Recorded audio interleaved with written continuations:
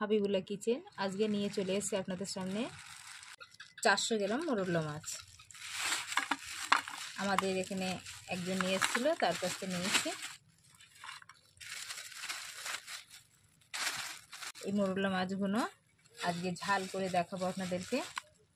ঝালও করা যায় ভাজি, তা আজকে আমি এইগুলো ঝাল করে দেখাবো। এগুলো এখন বেছে নেব। এই মোরলা মাছের কিছুই বাদ দিতে হবে না, শুধু একটু মাথাটা এইভাবে ছাড়িয়ে নেবেন। এই গার এস্টে অল্প থাকে, এইভাবে বেছে নেবেন প্রত্যেকটা।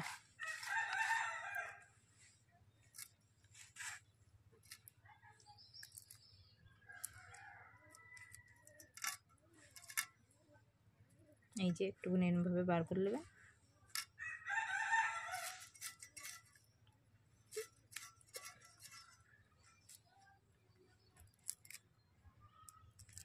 তো কেনকোটা এইভাবে, এই যে একদম সহজে আপনি এই মাছটা করে নিতে পারেন।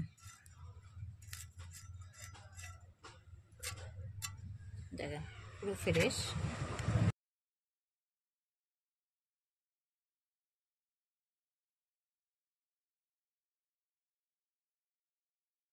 দেখেন আমি টমেটো আর দুটো কাঁচা লঙ্কা আর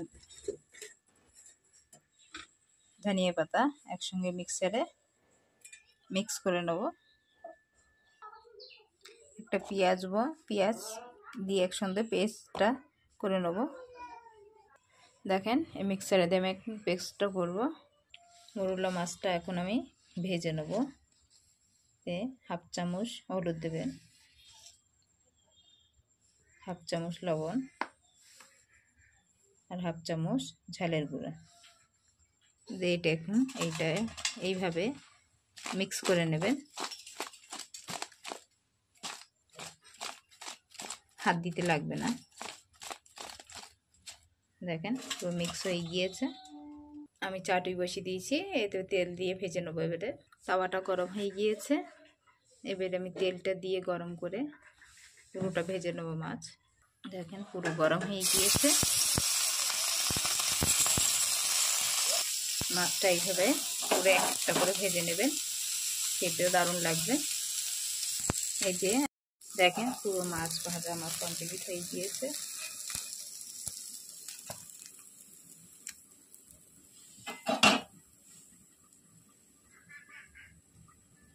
আমার ফ্রাই প্যানটা গরম হয়ে গিয়েছে, আমি এখানে 50 গ্রাম মতন তেল দিয়ে দিচ্ছি। মোরলা মাছে বেশি লাগে না। তেলটা গরম হয়ে গেছে, এখানে আমি একটা পেঁয়াজ দিচ্ছি।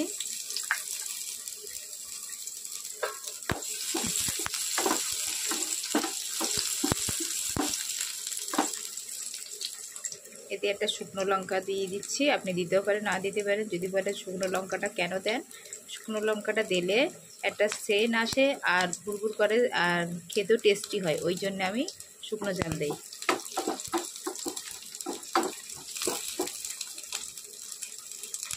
দেখেন পেঁয়াজটা লাল হয়ে গেছে, হালকা লাল করবেন, বেশি লাল করলে তাহলে পুড়ে যাবে। মোরলা মাছটা আমি সেই সময় লবণ দিয়েছিলাম, ওতে বেশি লবণ লাগে না, আপনি এতে হাফ চামচেরও কম দেবেন লবণ। আমি হাফ চামচের কম দিচ্ছি। হাফ চামচ হলুদ,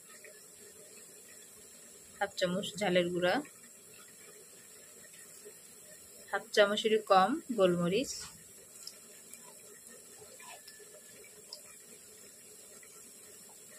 আর হাফ চামচ জিরা।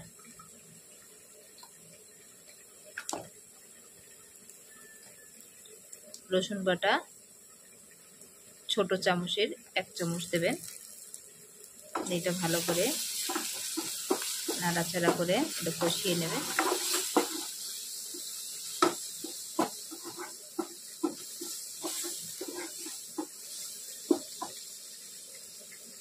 এতে আপনি হালকা পানি দিয়ে দেবেন।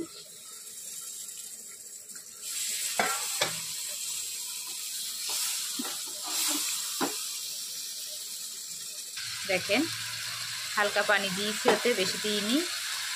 যে পেস্টটা করে রেখেছিলাম সেইটা দিয়ে দিচ্ছি এতে।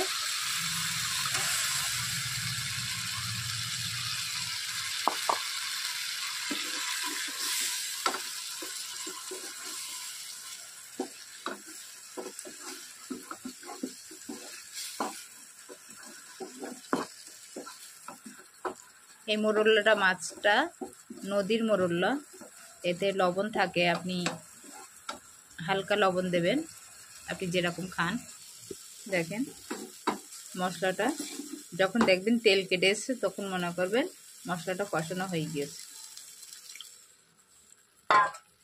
আর একটু পানি দিয়ে আমি কষিয়ে নিচ্ছি।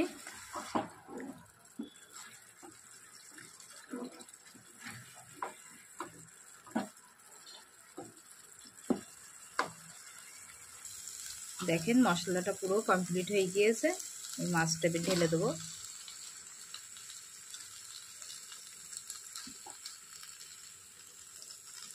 মাছটা নাড়বেন না, এইভাবে দিয়ে হালকা পানি দিয়ে দেবেন আপনি। দেখেন মাছগুলো এবার আমি হালকা করে আপনি অল্প পানি দিয়ে দেবেন যেন মাছটা ডুবে থাকে,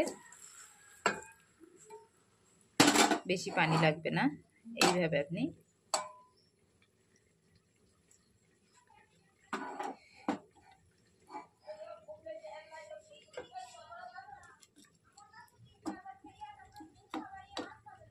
এই মোরল্লা মাছটা এইভাবে রান্না করে খেয়ে দেখবেন, দারুণ লাগবে, টেস্টি। ফুল দমে গ্যাসটা চালু করে দেবেন। রান্নাটা কমপ্লিট পুরো।